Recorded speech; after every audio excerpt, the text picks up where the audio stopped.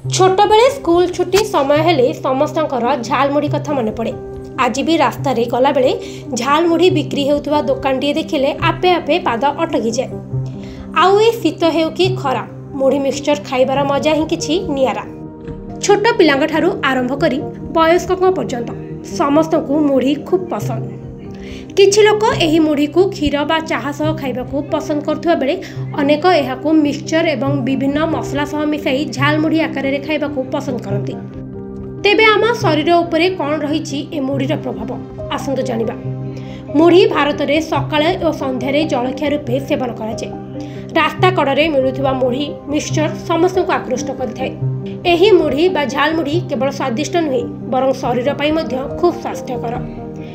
एहाकू खाइबा द्वारा हजम जनित समस्या मुक्ति मिलता है। मुढ़ी रे प्रचुर मात्रा रे फाइबर रही तेणु मुढ़ी खाइबा द्वारा हजम शक्ति वृद्धि पाई थाए।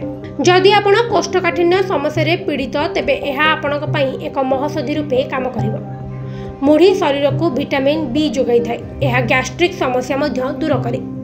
मुढ़ी खाइबा द्वारा शरीर रे अम्ल क्षरण कम हुए। एहा द्वारा एसिडिटी भली समस्या मध्य मुक्ति मिले। एथिरे थिबा श्वेतसार शरीर को शक्ति जोगाई थाए। फलतः मुढ़ी खाउथुवा व्यक्ति दिन सारा एक्टिव फील करती। मुढ़ी रे विटामिन डी कैल्शियम आयरन एवं फाइबर उत्तम स्रोत होइतबारु एहा दांत और हाड़ शक्त करिबारे सहाय्य करिथाए। मुढ़ी रे न्यूरोट्रांसमिटर न्यूट्रिएंट्स रहिछि जहा मस्तिष्कर विकास करबा सहित ब्रेन कार्यदक्षता वृद्धि करिथाए। मुढ़ी रे कैलोरी मात्रा खूब कम तेणु यह ओजन ह्रास करिबारे मध्य सहाय्य करिथाए एवं एहा द्वारा हृदघातर आशंका मध्य कम रही थाए। ब्यूरो रिपोर्ट उत्कल प्रतिदिन।